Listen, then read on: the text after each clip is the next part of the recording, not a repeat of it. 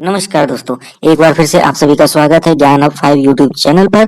अगर चैनल को सब्सक्राइब नहीं किया है तो सब्सक्राइब कर लीजिएगा, बेल आइकन को हिट करके ऑल जरूर सेलेक्ट कर लीजिएगा, लाइक शेयर कमेंट करना मत भूलिएगा। तो शुरू करते हैं आज का वीडियो। नमस्कार दोस्तों, आज इस वीडियो में बात करेंगे महानिदेशक स्कूल शिक्षा एवं राज्य परियोजना निदेशक कार्यालय से जारी 11 मार्च 2025 के इस आदेश पर। इस आदेश के द्वारा एक बेहतरीन अपडेट इंफॉर्मेशन के तौर पर आई हुई है, जो कि सभी एमआईएस के लिए भी है। ठीक है, अपार आईडी बनाए जाने में आ रही समस्याओं के संबंध में है ये आदेश, और इस आदेश की हर एक पॉइंट के बारे में जानकारी होना जरूरी है, क्योंकि अपार आईडी की समस्याओं का निदान भी इसी में छिपा हुआ है। ठीक है, तो उसी आधार पे आपको प्रोसीड करना है, जो भी समस्याएं अपार आईडी में आपको फेस करनी पड़ रही हैं। तो देखिए, इस आदेश में जो भी 4 पॉइंट लिखे गए हैं, इन पॉइंट में इंग्लिश में पॉइंट मेंशन किए गए हैं। मैं नीचे पेज पर आपको इंग्लिश विद हिंदी एक्सप्लेन कर देता हूँ एक-एक पॉइंट। ठीक है? तो इन 4 पॉइंट के आधार पे ही निर्देश भी दिए गए हैं कि अपार आईडी बनाए जाने का जो कार्य है, वो पूर्ण कराया जाना सुनिश्चित करना है, इन 4 पॉइंट को ध्यान में रखते हुए। तो देखिए, जो आदेश ये आया है, यदि आप इसकी प्रति चाहते हैं तो मैं डिस्क्रिप्शन में इसका लिंक दे दूंगा, वहां से एक्सेस कर सकते हैं। अब बात इसमें जो बिंदु दी गए हैं, ठीक है, जो बिंदु दिए गए हैं उन पर चर्चा कर लेते हैं।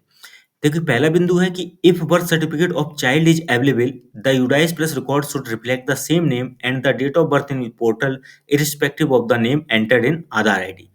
तो इसका हिंदी में अर्थ जो है, देखिए, मैंने ये सेम कंटेंट इंग्लिश का ट्रांसलेट किया है गूगल से, उसको सेम यहाँ पर लिखा है, तो इसमें गूगल का ट्रांसलेशन है, इसको उसी आधार पे मैं एक्सप्लेन कर रहा हूँ। यदि बच्चे का जन्म प्रमाण पत्र उपलब्ध है, तो यूडाइस प्लस रिकॉर्ड में पोर्टल पर उसी नाम और जन्म तिथि को दर्शाना चाहिए। मतलब बच्चे का जन्म प्रमाण पत्र यदि मौजूद है, तो यूडाइस प्लस में एंट्री उसी के आधार पे होगी, यानी जन्म प्रमाण पत्र के आधार पे। अब आगे लाइन जो लिखी है वो भी ध्यान से सुनिए, कि चाहे आधार आईडी में दर्ज नाम कुछ भी हो, फॉलो किसको करना है?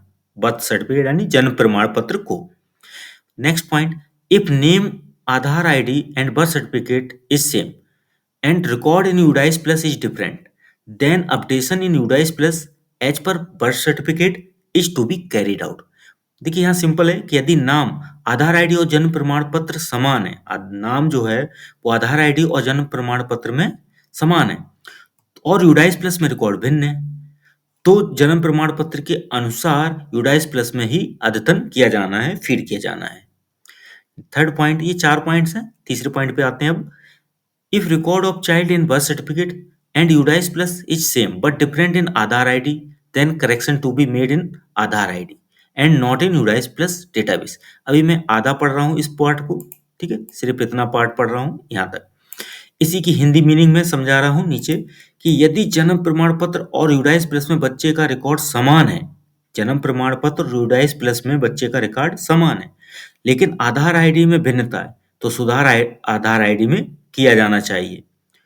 अब जो बचा हुआ पार्ट है, कि however the if parents of the student desire in writing about the change in the name of the students, then the SOP as per the MHA guideline may be followed to make correction in the school records।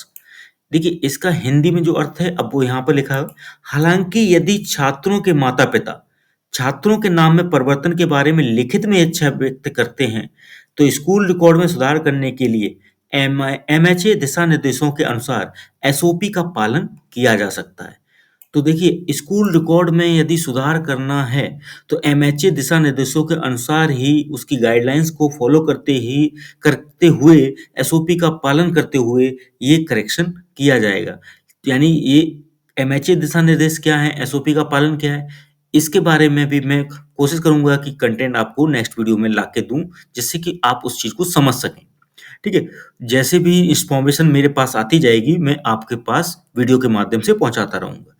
Next point में देखिए बात कर रहा हूं, कि यदि जन्म प्रमाण पत्र उपलब्ध नहीं है और बच्चे को किसी अन्य प्रासंगिक दस्तावेज के आधार पर प्रवेश दिया गया है, अब जन्म प्रमाण पत्र नहीं बच्चे ने दिया, कोई और आधार दिया, जन्म का या फिर नाम का या किसी अन्य प्रूफ को दिया, तो आधार आईडी के आधार पर यूडाइस प्लस डेटा प्रविष्टि की जानी चाहिए। तो यूडाइस प्लस पे जो एंट्री होगी वो आधार आईडी के आधार पे होगी। ठीक है? तो ये 4 पॉइंट्स हैं, इन 4 पॉइंट्स के आधार पे ही अपर आईडी का जो समाधान होना है समस्याओं का, वो होगा और इन्हीं के बेस पे आगे का कार्य होगा। तो आप अच्छे से इन पॉइंट्स को समझ लीजिए और एक बार वीडियो को रिपीट भी करके देख लीजिए, अगर कोई प्रॉब्लम आई हो और कमेंट बॉक्स में भी लिखिए, मैं कोशिश करूँगा आपका जवाब दे सकूँ और मिलता हूँ एक और बेहतरीन वीडियो के साथ अगली बार। आज के लिए बस इतना ही, धन्यवाद। पूरा वीडियो देखने के लिए बहुत बहुत धन्यवाद। चैनल को सब्सक्राइब कर लीजिएगा, वीडियो को लाइक शेयर और कमेंट जरूर कीजिएगा। मिलते हैं अगले वीडियो में। धन्यवाद।